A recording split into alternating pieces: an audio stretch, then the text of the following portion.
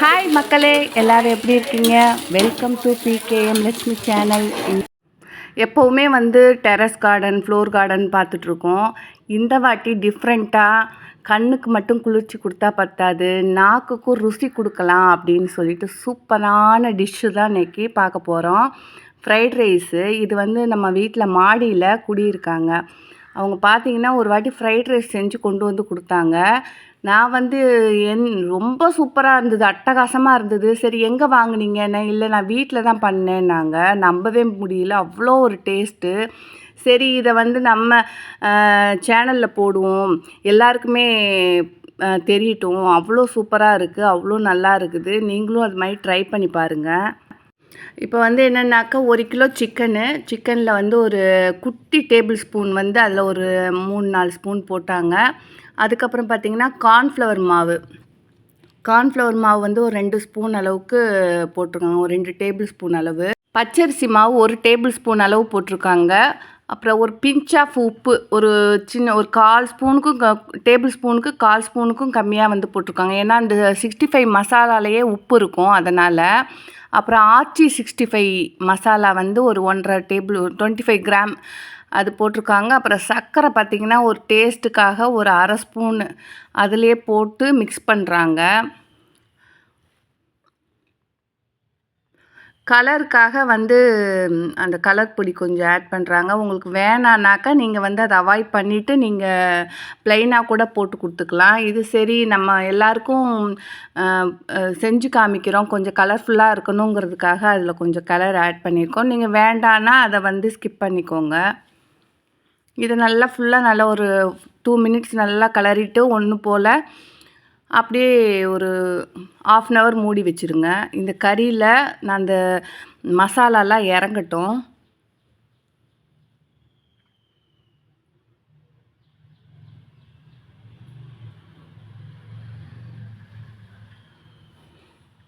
இப்போ 1/2 an hour ஆயிடுச்சு. இப்போ அரிசி பார்த்திங்கனாக்கா ஒரு 3/4 வேக்காடில் வேக வச்சு ஆற வச்சுக்கோங்க. ஃபுல்லாக பாயில் ஆகக்கூடாது, ஆச்சுனாக்கா ஒரு மாதிரி கொல கொலன்னு ஆகி போயிடும். அதனால் 3/4 வேக்காடு பாயில் பண்ணி வச்சுக்கோங்க. அப்புறம் நமக்கு ஃப்ரைட் ரைஸ்க்கு தேவையான வெஜிடபிள்லாம் கட் பண்ணி வச்சுக்கலாம். இப்போ கடாய் அடுப்பில் வச்சுட்டு தேவையான எண்ணெய் சிக்கனை பொரிக்கிற அளவுக்கு ஊற்றிக்கலாம்.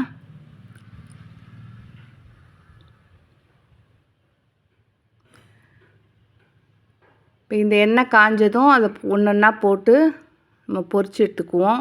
மீடியமாக வைங்க, அப்போ தான் கறி நல்லா வேகமாக தீ இருந்ததுனாக்கா கறி வெளியில் வெந்த மாதிரி இருக்கும், ஆனால் உள்ளே பார்த்திங்கனாக்கா கறி அவ்வளோவா வேகாது. அதனால் மீடியம் ஃப்ளேம் வைங்க, இல்லைனாக்கா லோ ஃப்ளேம்லேயே வச்சு கொஞ்சம் கொஞ்சமாக போட்டு பொரிச்சு எடுத்து வச்சுக்கோங்க.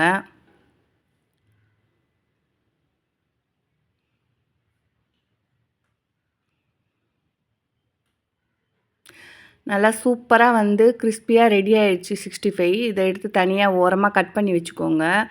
இப்போ கடாயில் கொஞ்சம் எண்ணெய் ஊற்றிட்டு எக்கு ஒரு 2 எக்கு நமக்கு எவ்வளோ தேவையோ அது இப்போ ஒரு 1/2 கிலோனாக்கா 1/2 கிலோவுக்கு ஒரு 4 எக்கு தேவை. இப்போ 1/2 கிலோ நம்ம சாதம் வடித்ததை 1/4 கிலோவாக தான் நம்ம போட போகிறோம். அதனால் அதுக்கு தேவையான ஒரு குழிக்கரண்டி எண்ணெய் ஊற்றிட்டு 2 எக்கு அதில் உடச்சி ஊற்றுங்க. ஏன்னா கடாய் ரொம்ப சின்னதுங்கிறனால மொத்தமாக நம்ம பண்ண முடியாது. அதனால் 2 பாகமாக தான் போட்டாக்கா அந்த டேஸ்ட்டு நல்லாயிருக்கும். நம்ம கிண்டுறதுக்கும் கரெக்டாக அது வரும், கை வரும்.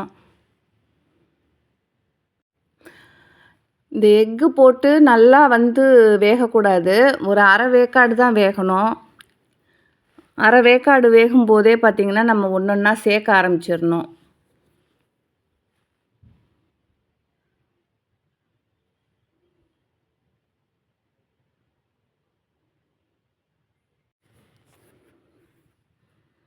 இப்போது கட் பண்ணி வச்சுருக்க எல்லா காயுமே 1 பை 1 சேர்த்துக்கலாம். முட்டைக்கோஸு, அப்புறம் கேரட்டு, பீன்ஸு, அப்புறம் கொஞ்சம் ஆனியன், இது எல்லாமே சேர்த்து மிக்ஸ் பண்ணிக்கோங்க. இது அப்படியே கொஞ்சம் மைல்டாக குக் ஆகட்டும். இப்போ அடுப்பை கொஞ்சம் வேகமாகவே வச்சுக்கோங்க. இந்த கடைகள்லாம் பார்த்திங்கன்னா, அந்த ஃப்ரைட் ரைஸ் போடும்போது அடுப்பு பயங்கர வேகமாக இருக்கும் பார்த்திங்களா? அந்த மாதிரி வந்து வேகமாக வச்சுக்கிட்டிங்கன்னா தான் எந்த அளவு வேகமாக இருக்குதோ, அந்த அளவு நமக்கு ரெசிபி சூப்பராக இருக்கும். அதுக்கப்புறம் அதுலேயே லைட்டாக ஒரு பிஞ்ச் ஆஃப் உப்பு, அப்புறம் ஒயிட் பெப்பர் தூள் அது வந்து ஒரு ஸ்பூன் அளவு போடுங்க. ஏன்னா இந்த ஃப்ரைட் ரைஸ்க்கு வந்து ஃப்ளேவரே பார்த்திங்கனாக்கா கரெக்டான உப்பும் வந்து ஒயிட் பெப்பர் தூள் தான்.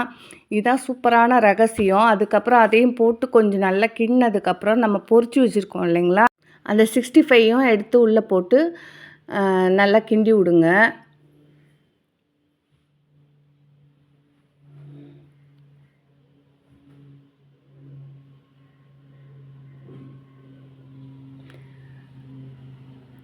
இப்போ வேக வச்ச சாதம் அதையுமே இதோட சேர்த்துக்கோங்க.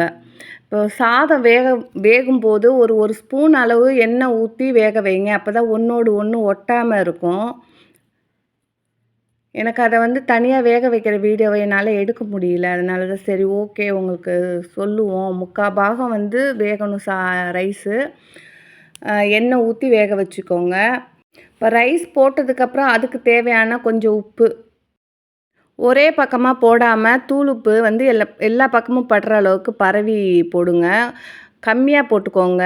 ஏன்னா நம்ம ஏற்கனவே வந்து காய் வேகும்போதும் கொஞ்சம் உப்பு போட்டிருப்போம்.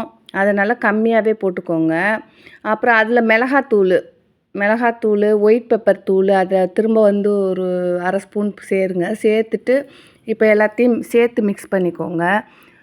மிளகாத்தூள் பார்த்திங்கன்னா ஒரு 1/2 ஸ்பூன் அளவு. நல்ல காரமாக இருந்தால் 1/4 ஸ்பூன் போடுங்க. இது காரம் கம்மியாக இருக்கிறனால 1/2 ஸ்பூன் போட்டிருக்கேன். இப்போ போட்டுட்டு எல்லாத்தையும் மிக்ஸ் பண்ணுவோம். உடையக்கூடாது. கிண்டும்போது அரிசி வந்து உடையாத அளவுக்கு கிண்டுங்க.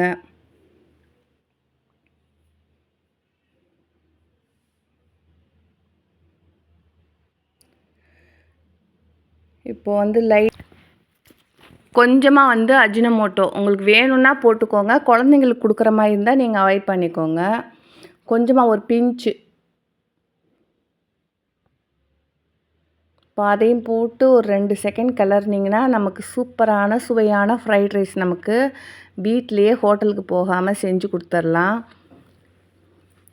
ஓகே ஃப்ரெண்ட்ஸ், உங்களுக்கு இந்த வீடியோ பிடிச்சிருந்தா லைக் பண்ணுங்கள், ஷேர் பண்ணுங்கள். இதை சாப்பிட்டுட்டு எப்படி இருக்குன்னு எனக்கு கமெண்ட் பண்ணுங்கள். Bye friends.